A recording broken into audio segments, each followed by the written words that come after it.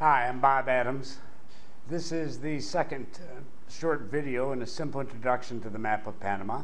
If you haven't seen the first one and you want to see it, its address will be in the description below this video. But now, let's move right along and take a look at Panama from a little bit different perspective. First, let's start with the map of the United States.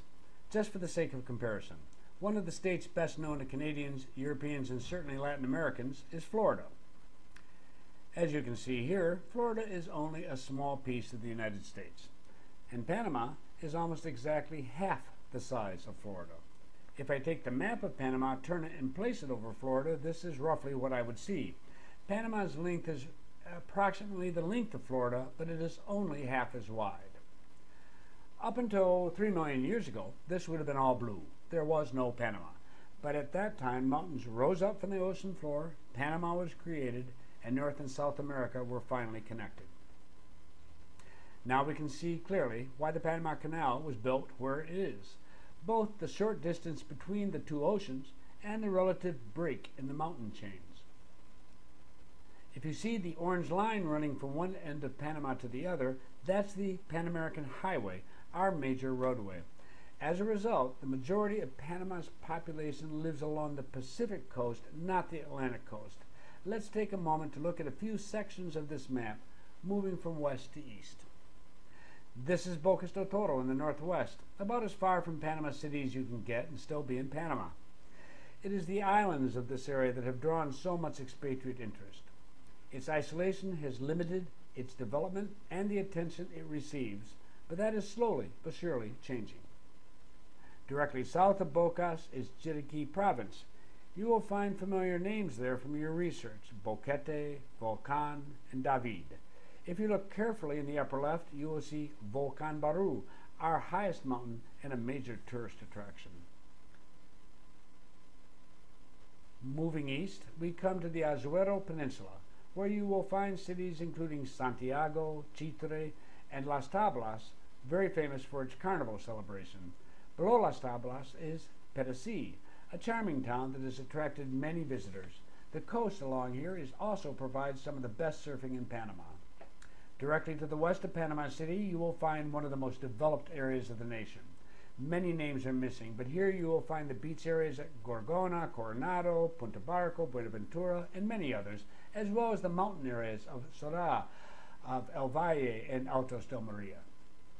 Finally, we reach the canal with Colón at the Atlantic end, on the way to Portobello, home to the ruins of an old Spanish fort.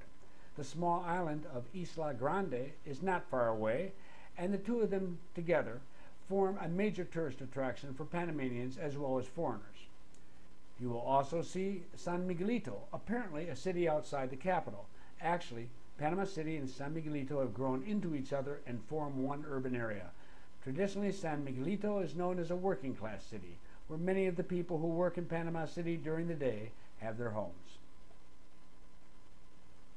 To the east, you pass Tocumen, Panama's international airport, where many of you have arrived or will arrive. Past the city of Chepo, you come to Lake Bayano, Lago Bayano in Spanish. A beautiful tropical lake with hundreds of species of birds, Bayano is a little-known gem that is now beginning to draw attention. Finally, we come to the far east of Panama, Darien Province. Lightly populated, its tropical rainforest is spectacular and well worth the visit by the adventuresome on a guided tour. The map includes a mistake. It looks as if the highway runs through to Colombia. That's not the case. It ends in the little town of Yavisa. Now let's take a look at some of the routes that members have taken in the past and that you may consider. You can get to Bocas del Toro by road, but it's a long trip and it can be very difficult. Nearly everyone who visits goes by plane from Panama City. Getting to Chiriquí can be done either by air or by land. Most folks just rent a car in Panama City and drive out, but some do fly and rent a car in David.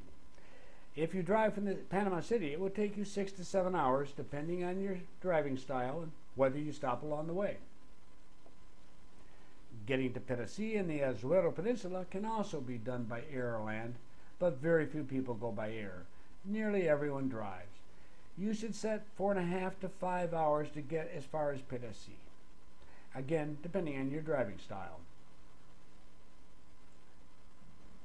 all 3 of these trips are perfectly reasonable, but you must give yourself a minimum of 3 days for any one of them.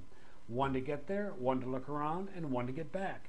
If you are seriously interested in possibly living there, you obviously should take more time. But what about day trips from the capital? Those trips are many and found roughly within the 2 circles. For those with a limited time, there is much to see in 3 hours or less by car from the city. You can leave early in the morning, visit, have lunch, and be back to your hotel before dark if you need to. But I hope you get a chance to spend longer. Well, I hope you enjoyed that short video. I wish I'd been able to include a lot more detail, but that will come in the future. For the moment, one of the points I'm trying to get across is that while Panama may seem to be a very small nation, and it is, in other respects, it's much larger than you may think it is. It's stretched out. It has mountains. It has a variety of things that make it a little more time-consuming to get around than you may think just looking at a map sitting thousands of miles away. Obviously, the more you can focus on the type of area you want to visit or possibly live in, the better off you will be. The fewer destinations, the more time you have to visit each one. But don't be too concerned. Do your best at that. However, I can tell you from my own experience that 50–60% of Retirement Wave members, once they get here the first time, change their schedules and their goals within the first 48 hours. It comes from a result of being here, of looking around, of talking to people, of getting suggestions, of asking questions, and now getting face-to-face answers. Everything seems to come together. So don't worry too much. Do your best at trying to determine what you want to see and where you want to go when you get here, and then be prepared to be flexible, to arrive, to talk, to ask, to see. And as a result of that, I do believe whatever time you have here, you will see what you need to see. In the meantime, thank you very much for being a member at Retirement Wave, and I hope this and the other videos are of some small assistance to you.